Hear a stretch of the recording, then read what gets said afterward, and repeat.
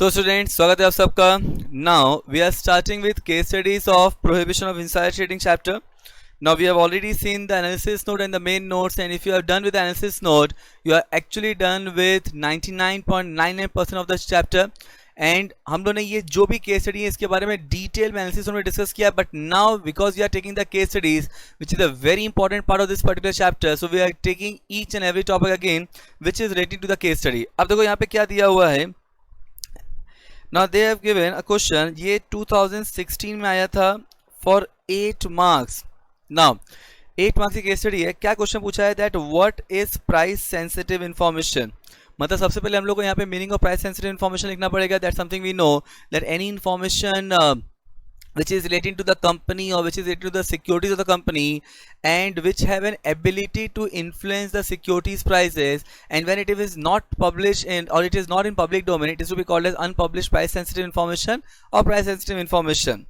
अब तो इसमें क्वेश्चन लिखा है that which information is deemed to be price sensitive information. मतलब यहाँ पे सेकेंड पार्ट जो पूछा है that what are the give some examples of price sensitive information which include financial result, which include change in capital structure, which include change in the directors and KMP, which also include any corporate restructuring transaction like merger, takeover. These are the types of corporate price sensitive information. अब देखो ये जो third part है, this is very important, that state with reason whether the following information is price sensitive और not. मतलब यहाँ पे हम लोग को बताना है. तो पहला जो दो क्वेश्चन है, दो you say that it's a case study, but first two part of the question of this question is basically direct question है. जो केस स्टडी का पार्ट है वो थर्ड है.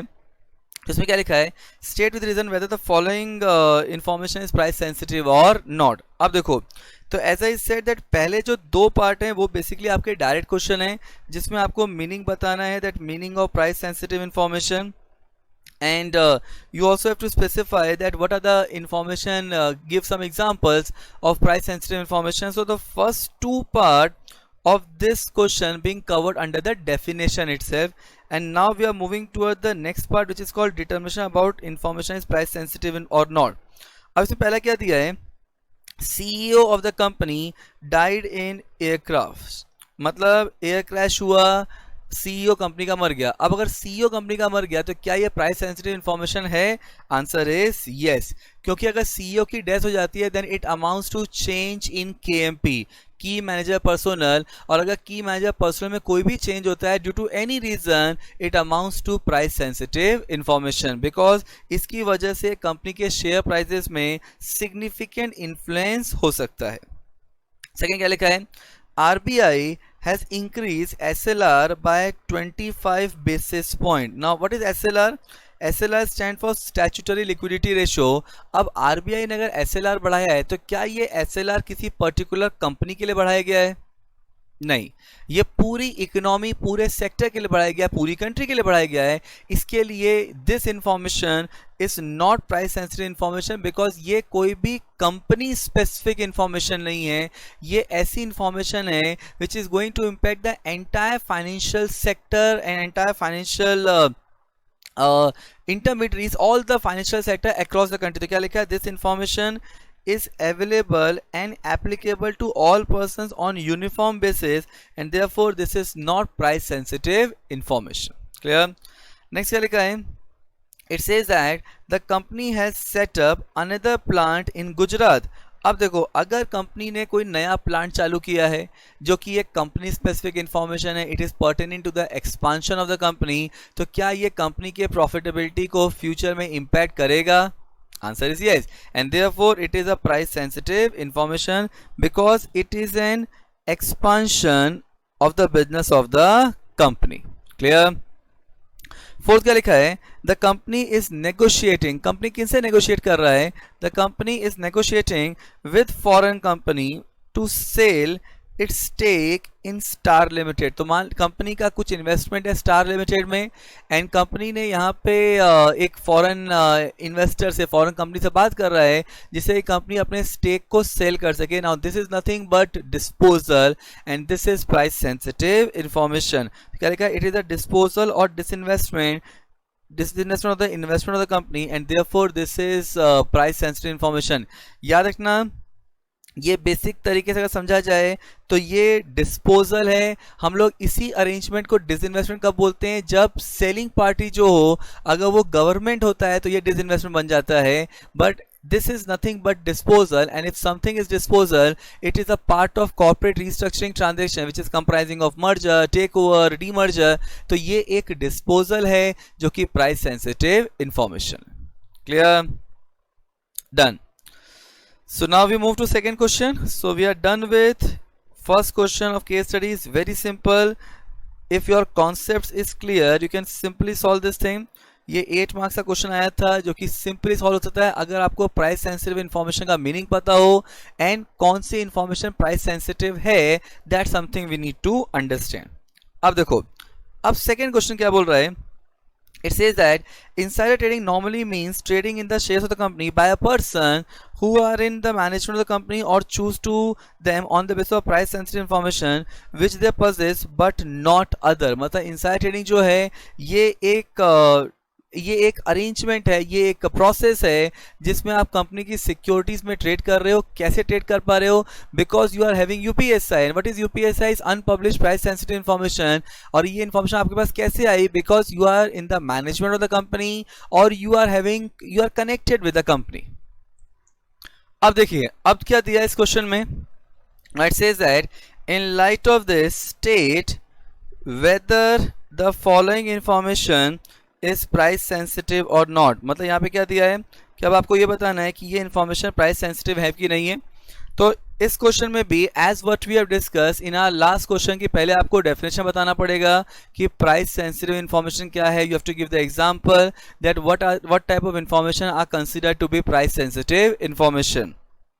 अब ये क्वेश्चन 2013 में आया है फॉर 5 मार्क्स। एंड यहाँ पे क्या बोला है, that meaning of price unpublished price sensitive information. आपको पहले आपको यूपीएसआई बताना पड़ेगा and then determination about information is price sensitive. अब देखिए यहाँ पे क्या दिया है, it says that the CEO of the company. अब देखो इसमें कौन कौन से सिचुएशन दिए हैं whereby we have to explain that the information is price sensitive, UPSI और नॉट। क्या लिखा है, The CEO of the company met with the accident and has been hospitalized। अच्छा अभी चीज समझो, क्या अगर CEO बीमार हो गया, उसका एक्सीडेंट हो गया एंड वो हॉस्पिटलाइज है, तो क्या इसकी वजह से कंपनी का CEO चेंज कर दिया जाएगा? Answer is no. तो अगर कंपनी का सीईओ चेंज नहीं हो रहा है, so there is no change in the KMP and director, in that case it does not amounts to price sensitive information. तो ये यूपीएसआई नहीं है because it does not amounts to change in KMP. Clear?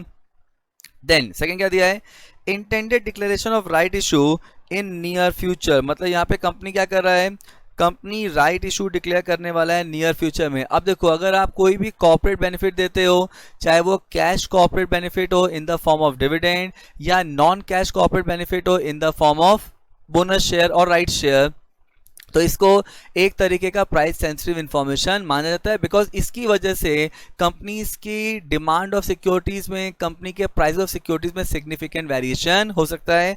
And therefore it is a unpublished price sensitive information because declaration of non-cash corporate benefit amounts to UPSI। Next क्या लिखा है, RBI has increased repo rate by 25 basis point। Again understand one thing, जब RBI repo rate change करता है तो क्या ये जो change हो रहा है, क्या ये सिर्फ एक पर्टिकुलर कंपनी को अफेक्ट करेगा? Answer is no.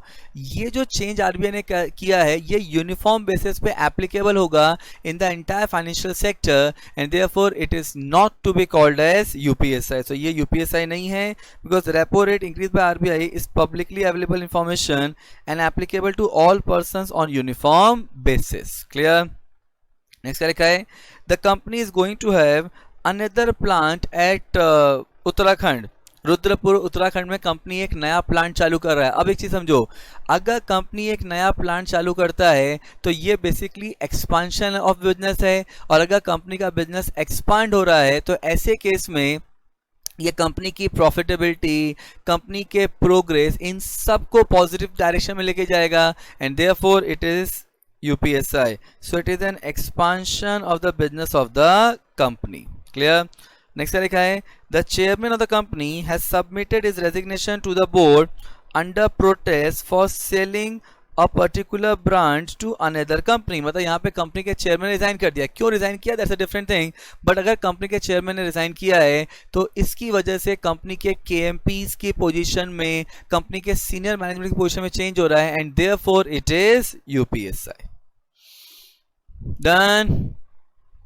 So in this question you have to answer the situation that which amounts to UPSI and which do not amounts to UPSI. So now we are moving towards next question. अब देखो next question में what is being said that हम लोग ने यहाँ पे connected person का definition पढ़ा था। If you remember the analysis note, we have discuss the entire definition of connected person कि कनेक्टेड पर्सन कौन है, जो कंपनी से डायरेक्टली कनेक्टेड होता है by virtue of having a fiduciary और employment relationship with the company, या तो वो कंपनी से इनडायरेक्टली कनेक्टेड होता है बाय हैविंग अ प्रोफेशनल और business relationship with the company, या तो वो कंपनी के सीनियर मैनेजमेंट के साथ कनेक्टेड है, क्लोजली लिंक्ड है, क्लोजली एसोसिएटेड है, एंड इन सब रीजंस की वजह से उसके पास यूपीएसआई है, then person amounts to connected person. इसमें ये भी बताया था कि अगर कोई पर्सन कंपनी से अलग हो जाता है, he ceases to be connected person, still for the next 6 months he consider to be connected person only. तो क्या लिखा है, there is an act of allegation हुआ है, that act of insider trading किया गया है, किसके ऊपर एलिगेशन लगाया गया, on the part of Harsh who was the finance manager. देखो क्या लिखा है, who was the finance manager of Mastermind limited a listed company. मतलब वो क्या था, वो वाज द फाइनेंस मैनेजर था कंपनी का, लिस्टेड कंपनी का। However he left the company 100 days prior to the act of insider trading. मतलब उसने कंपनी से कब रिजाइन किया है, he left the company 100 days prior to the act of insider trading. अब एक चीज़ समझो, अगर आप एक कंपनी छोड़ भी देते हो तो उसके बाद भी अगले 180 days तक you deem to be connected person. तो यहाँ पे उसको छोड़े हुए कितना टाइम हुआ है, 100 days, then he is nothing but connected person. क्या लिखा है, it is contended that in the instant case Harsh cannot be treated as a connected person as he left the organization prior to the act of insider trading. Do you agree? Answer is no. क्योंकि if you see the definition which is given under SEBI regulation, SEBI PIT regulation, it says that even though the person ceased to be associated with the company, still for the next 6 months he is considered to be connected person. अब देखो ये question 2013 में आया है for 5 marks. अब ऐसे question में आपको कैसे आंसर प्रेजेंट करना है, सबसे पहले आपको फैक्ट ऑफ द केस लिखना है। Now fact of the case कैसे लिखना है, सिंपल तरीके से आपको पहले ही बताया है कि जो भी क्वेश्चन में दिया हो उसको पॉइंट वाइज प्रेजेंट कर दो, जितना सिंपल हो सके और जितना शॉर्ट हो सके उतने शॉर्ट में अपने को लिखना है। Clear? Then there is something called applicable section. अब यहाँ पे आपको एप्लीकेबल सेक्शन में what we have to do, we have to give the definition of connected person. तो कनेक्टेड पर्सन से भी पीआईटी रेगुलेशन 2015 में कनेक्टेड पर्सन की जो डेफिनेशन दी है, that entire definition you have to mention, that क्या लिखा है, a person who is or has been during the 6 months prior to the concerned act.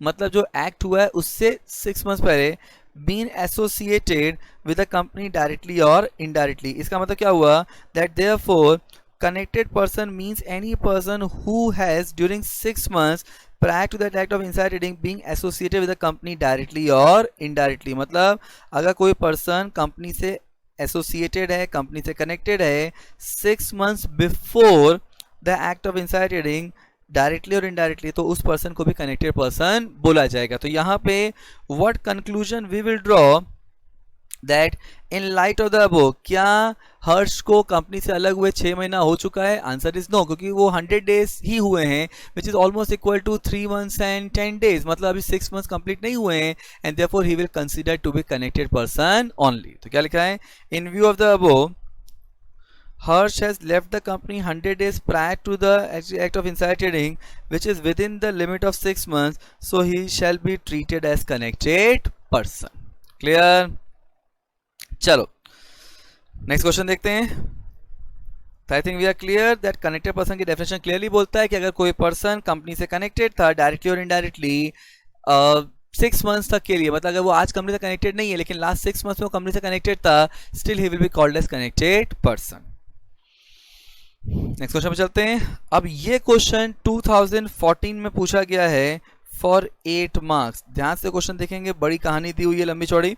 क्या दिया है देखिए, राघव, कौन है ये राघव?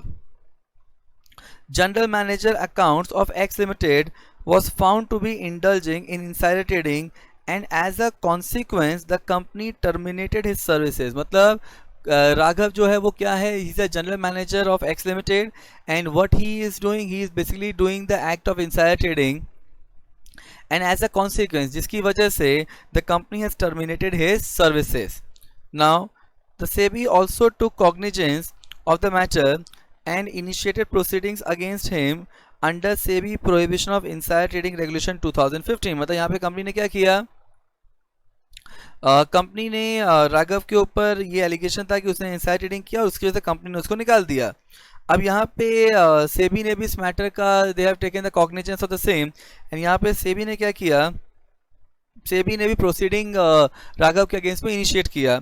नाउ राघव प्लीडेड, राघव ने क्या रिक्वेस्ट किया that since X limited has already penalized him by terminating his services then SEBI could not initiate any proceeding against him. देखो राघव क्या बोल रहा है, राघव बोल रहा है कि बिकॉज कंपनी ने उसको निकाल दिया है तो सेबी अब उसके ऊपर एक्शन नहीं ले सकता. क्वेश्चन ये है कि क्या सेबी एक्शन ले सकता है, answer is yes.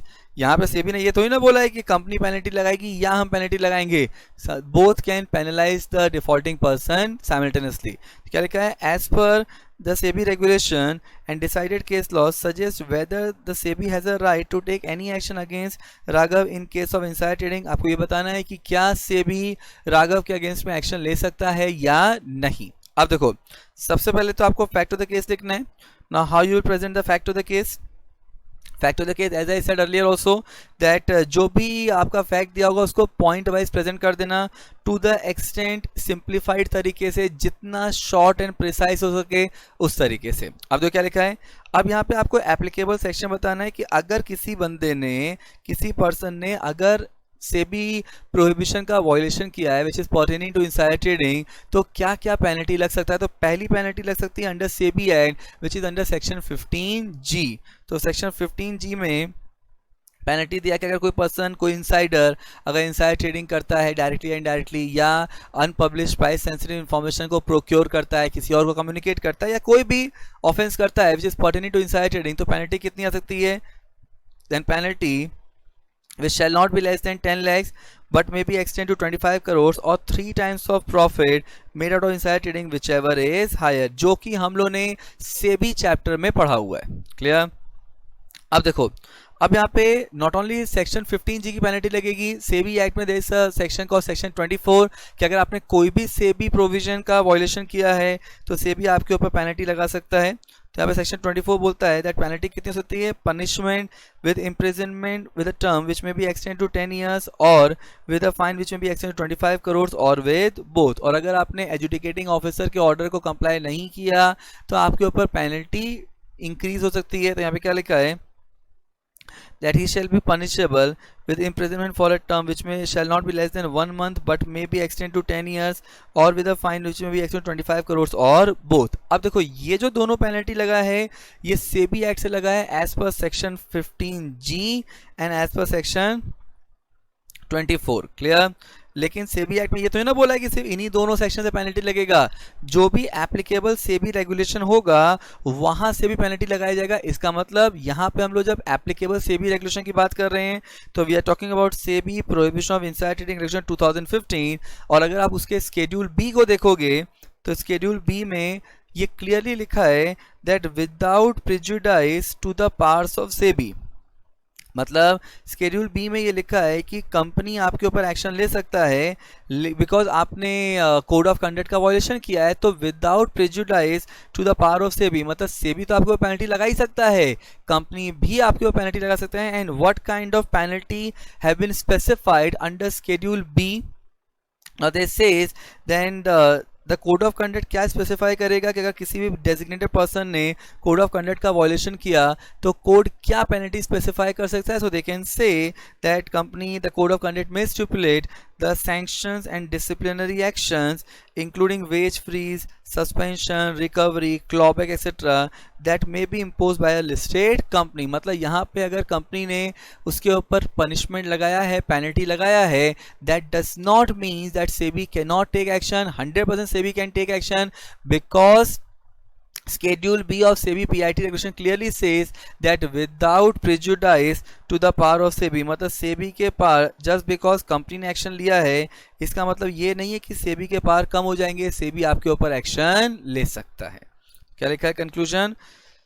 So conclusion it says that in view of the above, Raghav plea is not tenable and SEBI can initiate action against him, and the SEBI have a right to take action against Raghav for indulging in insider trading. Clear? अब देखो, अब ये question पूछा गया है. So now we are moving towards the next question.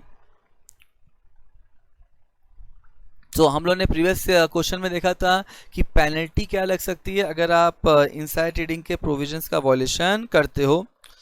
अब यहाँ पे what is being said that ये क्वेश्चन 2014 में आया है. तो सेज इज समथिंग और सेबी पीआईटी रेगुलेशन, तो अगर आपने उसका वॉयलेशन किया तो क्या पेनल्टी लग सकती है, and what is the penalty being given for inside trading under SEBI act. So that is something what we have discuss in our previous case study. Now we are moving toward the next case study which have been asked for 8 marks in 2014. क्या लिखा है, ध्यान से question पढ़ेंगे.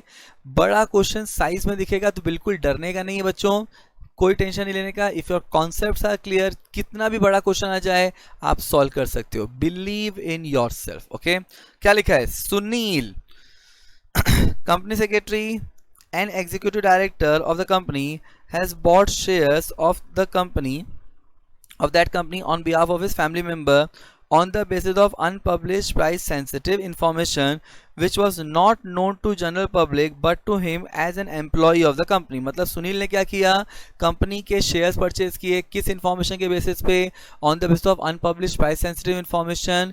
And वो क्यों purchase किया, because उसके पास कंपनी की कुछ ऐसी इंफॉर्मेशन है जो आउटसाइड पब्लिक के पास नहीं है. और क्यों ये इंफॉर्मेशन उसके पास है, because he being the employee of the company.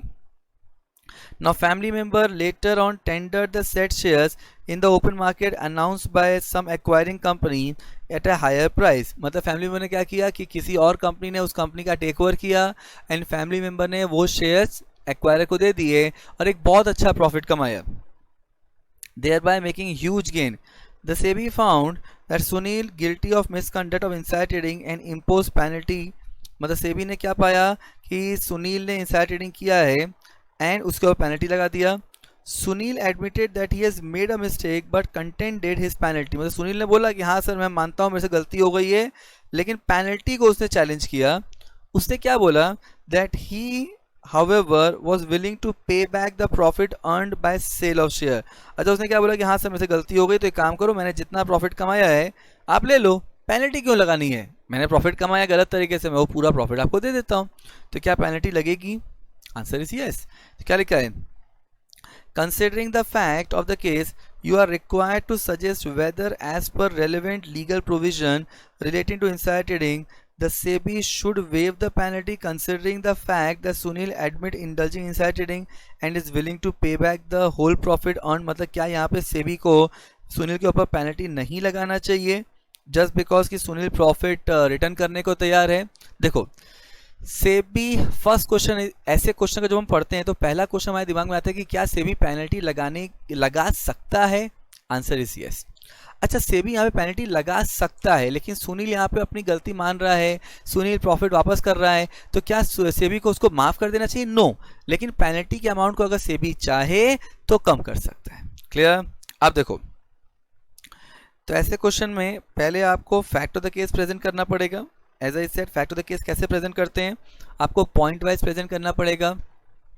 And when you have presented the fact point wise, जितना प्रिसाइज हो, जितना मीनिंगफुल आप उसको कंसाइज कर सकें वैसे करना है. क्लियर. Then applicable section.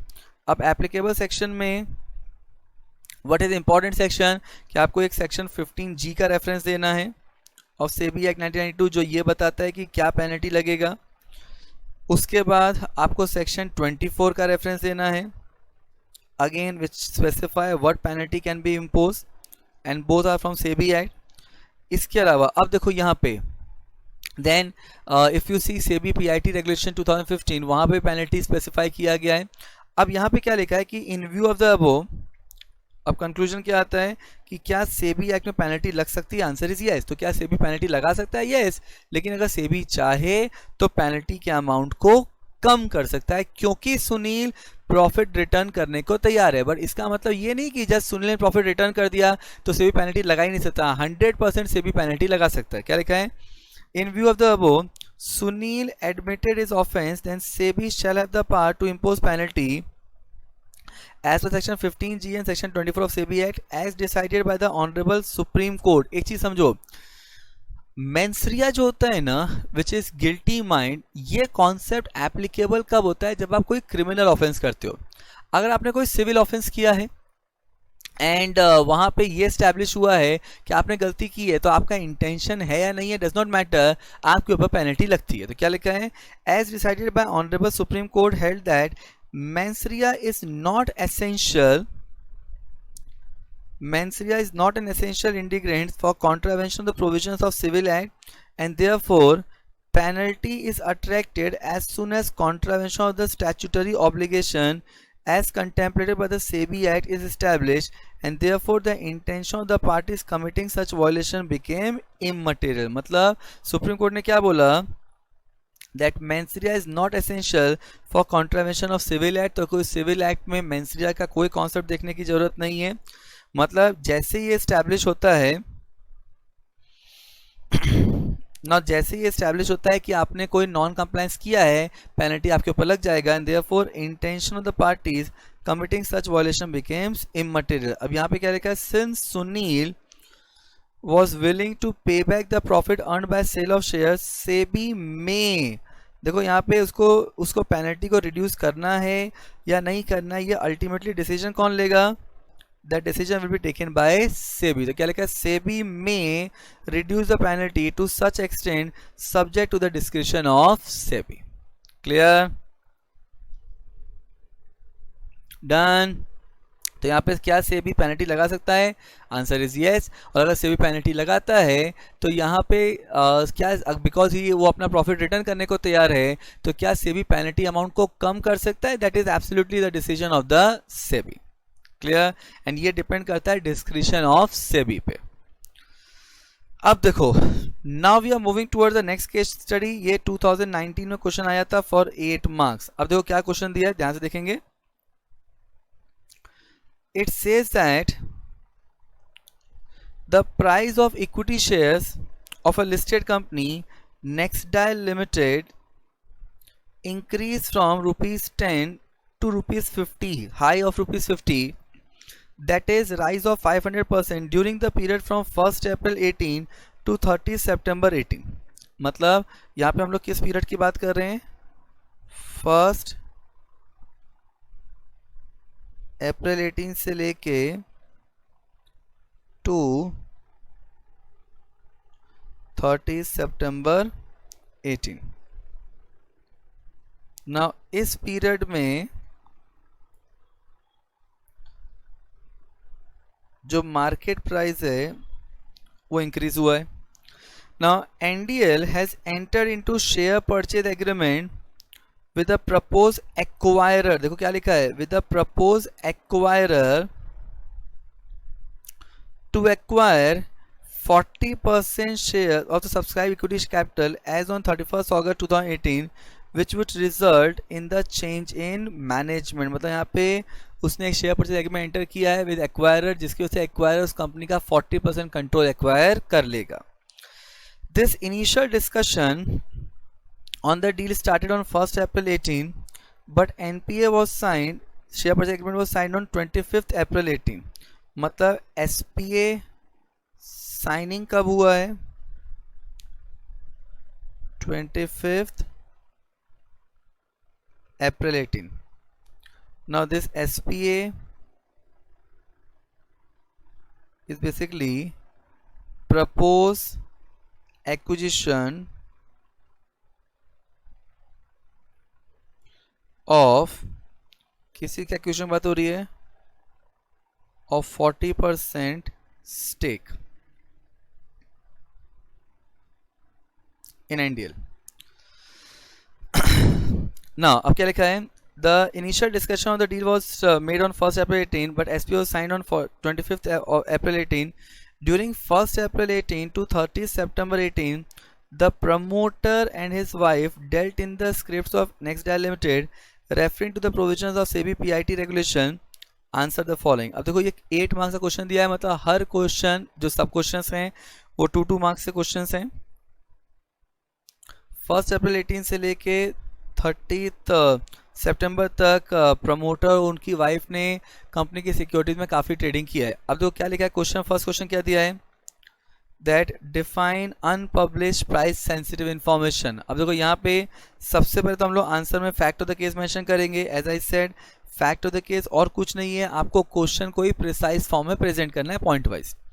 अब यहाँ पे आंसर टू फर्स्ट क्वेश्चन, अभी फर्स्ट क्वेश्चन जो है it is nothing but a direct question जिसमें आपको अनपब्लिश प्राइस सेंसिटिव इन्फॉर्मेशन का मीनिंग बताना है. देखो 8 मार्क्स का केस स्टडी है, लेकिन 2 मार्क्स को आपको सिर्फ डेफिनेशन बताते मिल जाएगा. क्या लिखा है, whether there was any unpublished price sensitive information, मतलब क्या ये ट्रांजेक्शन में कोई यूपीएसआई है. आंसर इज यस, बिकॉज अगर आप स्टेक सेल कर रहे हो, अगर कोई और कंपनी आपकी कंपनी में एक्विजिशन कर रहा है, शेयर परचेज एग्रीमेंट साइन हो रहा है, चेंज इन कंट्रोल हो रहा है, चेंज इन मैनेजमेंट हो रहा है, then it amounts to unpublished price sensitive information. तो क्या लिखा है, it says that the definition of unpublished price sensitive information as specified under SEBI PIT regulation 2015 include, now ये क्यों क्या include कर रहे हैं, include merger, demerger, acquisition, delisting, disposal and expansion of business and such other transaction. मतलब हम लोग जब भी रीस्ट्रक्चरिंग की बात करते हैं, कॉर्पोरेट रीस्ट्रक्चरिंग की ट्रांजेक्शन की, which include merger, amalgamation, acquisition, disposal, anything, it is basically price sensitive information. Therefore NDL has entered into a share purchase agreement with an proposed acquirer to acquire 40% of the subscribed equity share capital, which would result in change in management amounting to UPSI. तो यहाँ पे अगर NDL ने share purchase agreement sign किया है, जिसकी वजह से जो एक्वायरर है वो उसका 40% स्टेक परचेज कर लेगा और चेंज इन मैनेजमेंट होगा, ये एक तरीके का कॉर्पोरेट रिस्ट्रक्चरिंग ट्रांजेक्शन है and it amounts to UPSI. Clear. अब देखो, अब इसके थर्ड क्वेश्चन पे आते हैं. क्या लिखा है, What will be the date of UPSI? Simple words में जिस दिन आपका SPA साइन हुआ है that is the date of UPSI, because अब ट्रांजेक्शन होने वाला है, ये पक्का हो गया. तो यहाँ पे क्या लिखा है, it says that in view of the above, since SPA was signed on 25th April 2018 and therefore UPSI is considered to be originated on 25th April 2018. जिस दिन आपका SPA साइन हुआ है वो दिन मान लिया जाएगा UPSI का. फोर्थ क्या दिया है, फोर्थ से that what are the factors to be taken into account, मतलब वो कौन कौन से फैक्टर्स है जिसको कंसिडर किया जाएगा by the adjudicating officer while imposing penalty for the act. अब ये जो क्वेश्चन है, देखो ये भी क्वेश्चन एक डायरेक्ट क्वेश्चन है जिसमें आपको ये बताना है कि सेक्शन 15J में पेनल्टी लगाते समय कौन कौन से फैक्टर्स कंसिडर किए जाते हैं. और अगर आपको सेबी चैप्टर याद होगा which was the first chapter what you have studied, तो सेबी चैप्टर में आपको सेक्शन 15J पढ़ाया था, जहां बताया था कि 3 फैक्टर्स होते हैं कि profit made by the defendant, loss suffered by the plaintiff and repetitive nature of default. तो यहाँ पे क्या लिखा है, तो it says that as per section 15J of SEBI Act 1992, the SEBI or adjudicating officer shall have due regard to the following factor while determining the penalty. मतलब SEBI and adjudicating officer कौन कौन से factors को consider करता है while determining penalty. उसमें क्या लिखा है, the amount of disproportionate gain or unfair advantage whether quantifiable made as a result of the default, मतलब आपने कितना unfair gain कमाया है. Second, the amount of loss caused to the investor or group of investor as a result of such default, मतलब investor को कितना loss हुआ है due to default, and the repetitive nature of the default. तो आपका ये offense first time है या ये repetitive nature default है. These 3 are the factors that need to be considered while determining penalty by SEBI and adjudicating officer. And with this, the case study of SEBI PIT chapter is over. Thank you.